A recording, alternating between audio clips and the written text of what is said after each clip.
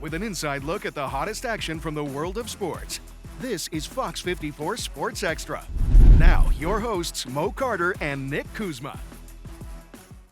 The countdown to a brand new season in the world of college football continues, and our previews roll on tonight with the Sports Extra special on the Southwestern Athletic Conference. Alongside Nick Kuzma, I am Mo Carter, and this is a look at SWAC 2025. Yeah, Mo, last week we took a look at the SEC, and tonight we're talking about some of the historically black college and universities in the Southwestern Athletic Conference, and we're starting off, with a school right in our backyard.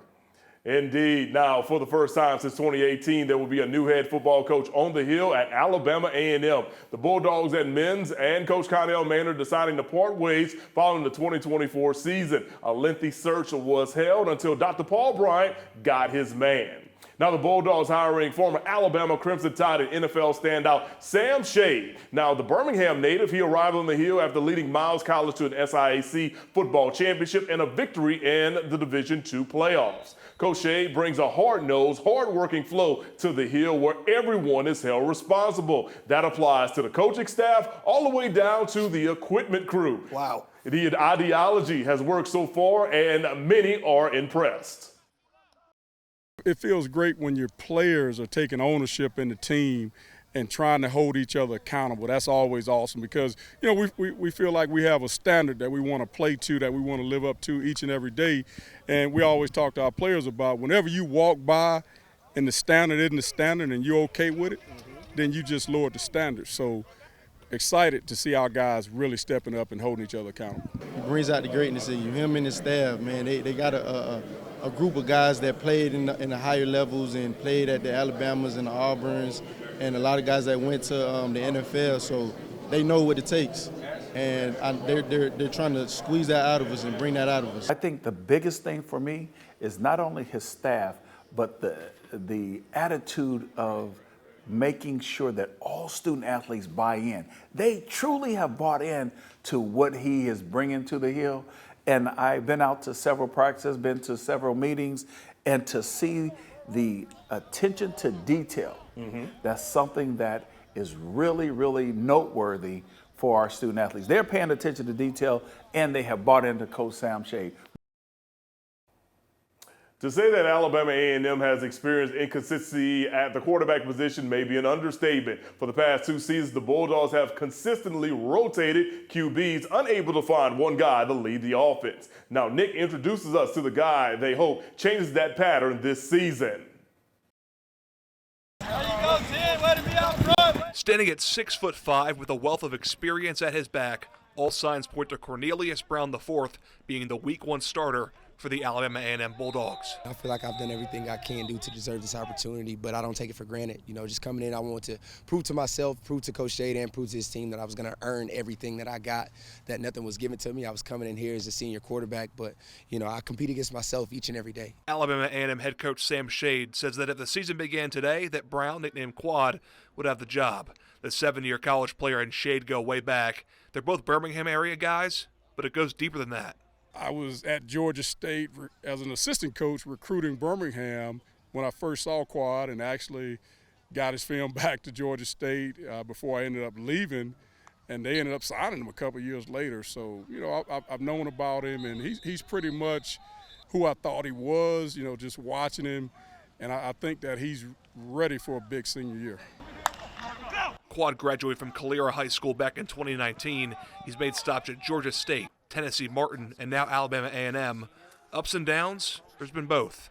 In 2020, Quad was named the Lending Tree Bowl MVP after a 3-touchdown performance versus Western Kentucky. But since, he's not played a full season, dealing with injuries much of the time. I know what that success feels like, and I also know what I'm capable of, and I know what God's gifted me with. And patience is one of those virtues that he's gifted me with, man. That's one of the fruits of the Spirit. So just really staying true to myself, and I know what I'm capable of. I've done it before, so just, you know, even just having the opportunity to possibly do it again has what's been able to keep me motivated. This is Quad's third year on the Hill. The Bulldogs haven't had a quarterback throw for 2,000 yards or more in a season or claim the year-long full-time starter role since 2021. And it's clear that the hope is that Quad will finally end the yearly quarterback carousel and be the engine that makes this offense go. The O-line moving a lot of people around. Tight end group, we getting better each and every day. Receivers getting better, quarterbacks throwing the ball, running, reading their keys right. So I think the fans should expect a lot of points on the board. The Bulldog faithful can see Quad in action in the annual Fan Day scrimmage on August 16th, and then opens the regular season August 30th at Arkansas. In Normal, I'm Nick Kuzma, Fox 54 Sports. All right, here's a look at the first 4 games for the Alabama A&M Bulldogs. The Sam Shade era will begin on the road at Arkansas. See that game on the SEC Network. The home opener is against Alcorn State. It's also the Lewis Cruz Classic. See that one on HBCU Go. On September the 13th, a rivalry is renewed as Alabama A&M travels to Nashville to take on Tennessee State in the Legacy Series. And the final non-conference game of the season will take place on September the 20th when the Bulldogs play host to Lane College. That game will air on SWAC TV. You may see a familiar face on that broadcast. I wonder who that is. Another team that has goals of competing for the East Division crown is Alabama A&M's arch rival, Alabama State. The Hornets were the preseason favorite in 2024, but Eddie Robinson Jr.'s team finished third behind both Jackson State and Florida A&M. The Hornets were dealt a major blow during last year's Orange Blossom Classic. Preseason all-SWAC quarterback Andrew Body went down with a season-ending injury. That was in Game 1. Soon after, 3 more QBs were also lost to injury, leaving the offense in the hands of Kareem Key, a converted wide receiver. This year, the quarterback room is strong. It appears that Body is back to 100% and ready to lead, according to Coach Robinson. He's healthy. He's back ready to go, so he's been working out in the summer. And just a great leader, man. The kid has had a lot of adversity in his life from an athletic standpoint, but him, his family, his mom, and his dad, they keep the faith and they keep working. But to have 2 season-ending injuries on the first game 2 years in a row, that's a lot from a kid mentally. So I just want to see him to get out there and play football, to do what he knows he can do, and just have a great college career. One thing that Bulldog fans would love to see Sam Shade bring to the table is a victory in the Magic City Classic. The Bulldogs have lost to Eddie Robinson Jr. and the Alabama State Hornets 3 years in a row. Shade knows all about the Classic, and in about 3 months, he'll have to put his friendship of more than 2 decades aside in late October when he goes head-to-head with Eddie Robinson Jr. Eddie and I have known each other about 25 years, a long time. Actually played against him a few times in pro ball, so he's one of those guys. He's actually right now, he's the longest tenured coach in the SWAC, so I was hoping he'd give me a little bit of advice. Last Saturday in October, it's just a special time of the year, and so Coach Shade, he's familiar with it. Coaching at Miles, he's been in the city, coached high school, won a state championship in the city, and so he's very familiar with it. So I think he's going to bring that intensity. So we know that's always going to be a good game. It doesn't matter who's coaching, who's playing. This year's Magic City Classic will take place on Saturday, October the 25th at historic Legion Field. We're just getting started on this Sports Extra special. Up next, I'm going to talk with Darian Gray from Locked On HBCU, get his take on the upcoming 2025 season. We'll be right back.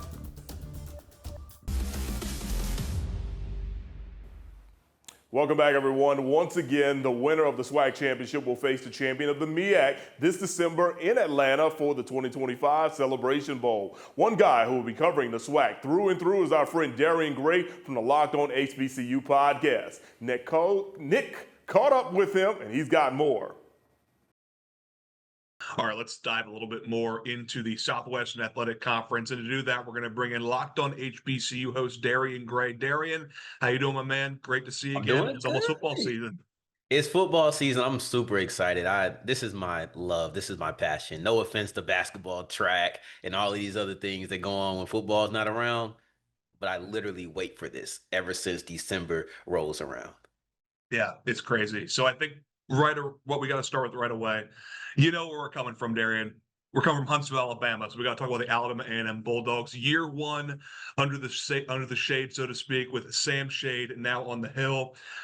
What do you expect from the year 1 Sam Shade effect? And what do you think are realistic expectations for Bulldog fans this year in year 1? I think you're going to start to see a culture be built. Now, this will probably only be noticeable if you're checking out media, so make sure you're watching Fox 54 because they'll have quotes and everything. But for me, I feel like Sam Shade has done a wonderful job at Miles when he was there, building a culture quickly. You saw the first year, it wasn't the best. I don't know if we can expect that because it was his first year coaching on the collegiate level. Maybe he'll be better in his first year at Alabama A&M. But his first year at Miles was rough, but then he improved 6 games in year 2. Then in year 3, you see a championship. So I think that that is the type of coach who knows how to build culture and build culture quickly. So that's one thing that you'll look for. As far as expectations, I have not a win-loss total because I still feel like there's a big 3 in the East. So I still feel like Alabama State. Don't, hey guys. Yeah, that's crazy. Watch Yeah. out. I know. Alabama State, FAMU, and obviously the defending reigning national champions, Jackson State. I still feel like are the big 3 in that division. But when it comes to Alabama A&M and what I'm looking for out of them, it's stability at the quarterback position. I think that Quad Brown has the ability to give Alabama A&M something they haven't had since the Glass era, right? They have not had a quarterback start and finish the season. And it's been some injury related, but it's also been Coach Maynard doing a lot of hot potato. Maynard's not here anymore. Shade is. And that was probably the thing that aggravated me the most about Maynard is just this quarterback. I expect Shade to be, I guess lenient could be the word to say there, but I expect him to give Quad Brown full reign to make his mistakes, learn from his mistakes, and lead Alabama A&M through 2025. And we'll see. If they can crack that top 3, that's a win. Let's dive into the East. You know, for those that don't know, the SWAC East consists of Jackson State, Florida A&M, Alabama State, Alabama A&M, Bethune-Cookman, Mississippi Valley State. What are your big picture predictions on what the East is going to look like? Obviously, like you said, I mean, this is a division that the last several years has run the SWAC. You have the reigning HBCU national champion, Celebration Bowl champion, SWAC East, SWAC overall champion, Jackson State. You got the team that ran things for a year after Dion left with FAM. You got Alabama State, we've been talking about forever, has taken that next step. You got the Bulldogs. What are your overall predictions on that division? I think it's going to be a big 3. When it comes to the East, big picture, it's Jackson State, right? I almost feel like I'm almost tired. I'm almost exhausted because how many ways can you say that Jackson State is the big dog? So let's just establish that and talk about everybody who's underneath. I think Alabama State, I'm a big fan of Andrew Body. I think that they can pull up second. I think that they can beat FAMU, and I think that they can be one of the top teams in the SWAC. I just need to see what the offense looks like. And this is the last year I'm doing it, Nick. Okay? It's the last year that I'm going to sit here and say, can Alabama State take that next step? It's the last year that I'm going to sit here and say, can Andrew Body take that next step? Let me give you something a little underrated about Alabama State, though. Alabama State lost their defensive coordinator and their cornerbacks coach. And that cornerbacks coach is one of the best in the country, not just in HBCU football. He's one of the best in the country. And I think you're going to see him ascend, and it'll be clear what kind of departure this is. But I want to see what that defense is going to be like, because losing 2 critical coaches, it may put more on Eddie Robinson to be a more hands-on coach on the defensive side, opposed to the helicopter coach that he's been. But top 3, then I'd say Alabama A&M is right there afterwards. And then, I mean, the rest of the division is kind of like that. The rest. Sure. Let's flip on over to the West. For those that don't know, the West consists of Southern Alcorn State, the alma mater of one Darian Gray, in Texas Southern, Prairie View, Grambling State, and Arkansas Pine Bluff. What are your big picture predictions for the SWAC West this year? Is this a year that division can finally contend for a SWAC championship? I just struggle. It feels too difficult to say anybody's going to beat Jackson State, right? Like, feel how you want to feel about the West. And I certainly have. I didn't think the West was that good last year or really the year before. I haven't liked the West. It's one thing to just not win. I haven't been a fan of the winner of that division for a while. Just didn't make me feel confident. When it comes to Southern, I feel like they are the best team. But I'll say that, once again, 3-team rotation.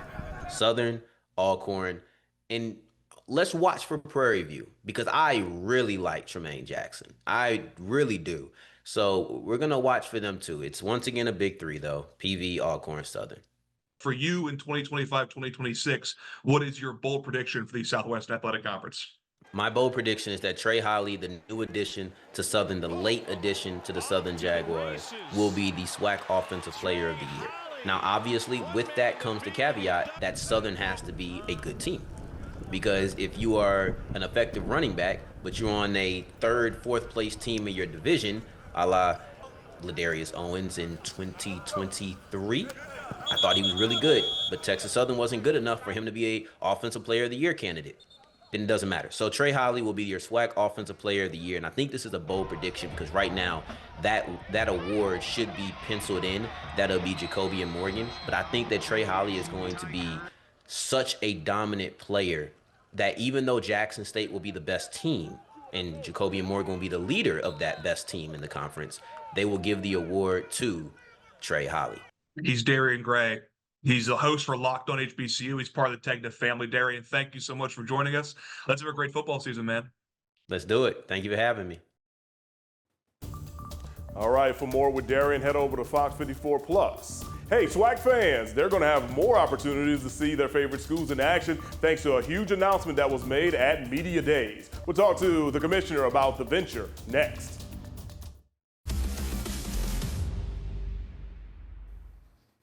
Welcome back. Last month, SWAC Commissioner Dr. Charles McClellan made a stellar announcement about the future of broadcasting and streaming in the Southwestern Athletic Conference. This year, more football games than ever will be seen. Here's Mo Carter with those details. Beginning in August, SWAC TV will launch as the conference's official streaming platform. Alongside the ESPN family of networks and HBCU Go, SWAC TV will provide viewers with another opportunity to check out their favorite content and games, and it's all free. According to the SWAC commissioner, this project has been in the works for a few years now. It will be a game changer for the conference when it comes to streaming media. We have a strategic plan where now we're going to have it on our devices. We're looking within 3 to 5 years to have it on some form of streaming platform like a Roku TV or Samsung TV or Pluto TV. And then by year 7, we look to have that on some form of network. So we kind of stole some ideas from the Sun Belt and the SEC. Been working on it for about 3 years, and we're excited. It's going to give us a greater level of exposure. And it's not just football. It's going to be volleyball. It's going to be track. It's going to be soccer. So we're going to highlight all 18 of our sports. This season, 45 games will air on SWAC TV, and it all begins on August the 30th when Southern travels to Mississippi Valley State.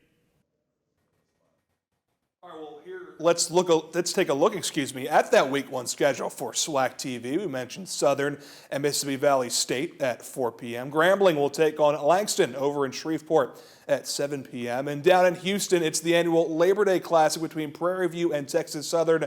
That game also kicks off at 7. You can download the SWAC TV app on your smart TV, Roku, Fire Stick, and mobile phone.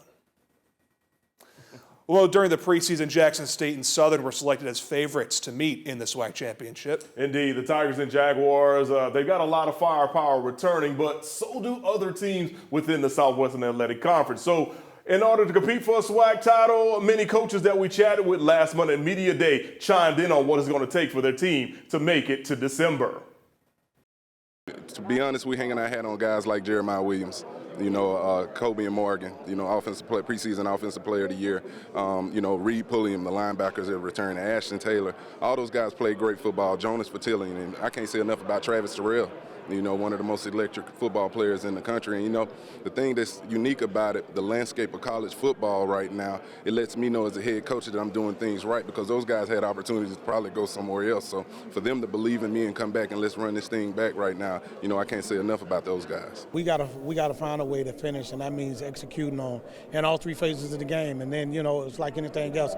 Life is full of ebbs and flows, and we got to be able to, be ready and combat those things when those things happen to go against us and gain the momentum and just finish. We had to get bigger in the trenches, right? I thought that for the, being a part of the staff in 22 and 23, being able to run the football and being able to stop the run was one of the things that we did well during those first 2 seasons. Last year, you guys saw us, right? At times we struggled in the middle of our defense and in the middle of our offense. So, I think the team that's going to win this conference is going to be obviously have great skill.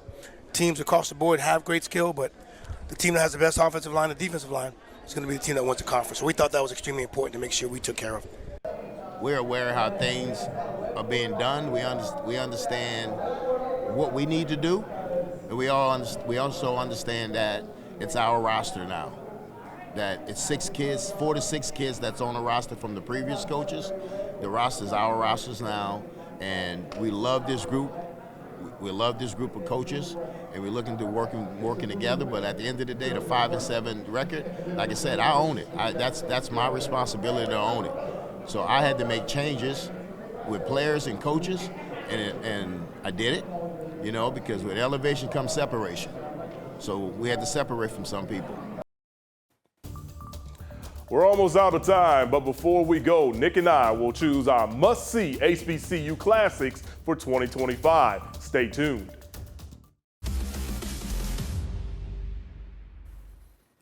Welcome back. We're hoping that you have enjoyed the show so far. Before we wrap up the special, usually we do best of the week at this time of the night, but we're going to talk about our favorite HBCU classics. Last week it was the must-see SEC games. This week, must-see classics. Indeed. Nick and I have decided to select our must-see HBCU classics for the upcoming year, but here's the catch. We're ruling out the Magic City, the Bayou Classic, and the Florida Classic because, well, it's just too easy to select. So let's show you who we picked. Yeah, so the Magic City Classic is obviously my favorite for obvious reasons, but we have to exclude that one. So we'll go with the late season battle between two teams projected to be at or near the top of their respective divisions this season. It's the Soul Bowl, or Capital City Classic, going down November 22nd in Jackson, Mississippi. Two of the Southwestern Athletic Conference's Magnolia State schools battling it out at Veterans Memorial Coliseum. Jackson State, the favorite, of course, in the East, like we've talked about throughout this special. Alcorn, one of the favorites in the West. This very well could be the SWAC championship just 2 weeks later, and we get an early look at it once again, November 22nd in Jackson. For my choice, we're heading to Sin City for the Las Vegas HBCU Classic. Cool. It's so cool that they're playing On there. October the 25th, Jackson State will take on Grambling State at that place, Allegiant Stadium. It just had a Super Bowl not too long ago. Not too long ago. This is the first HBCU game in Las Vegas since the early 2000s. T.C. Taylor and his Tigers may have revenge on their mind because Grambling State was the only school from the SWAC to beat them last season, even though it was a non-conference game. And, of course, that game taking place on October 25th. A lot of great games on that day because you got that game, Magic City Classic, Florida A&M goes to Southern, Alcorn has their homecoming game, so it's going to be some good stuff. No, it's awesome. Let's get going. Indeed. That'll do it for another edition of Sports Extra, a look at SWAC 2025. For Nick Kuzma, I'm Mo Carter. Have yourself a great night, and we'll see you at the games this season.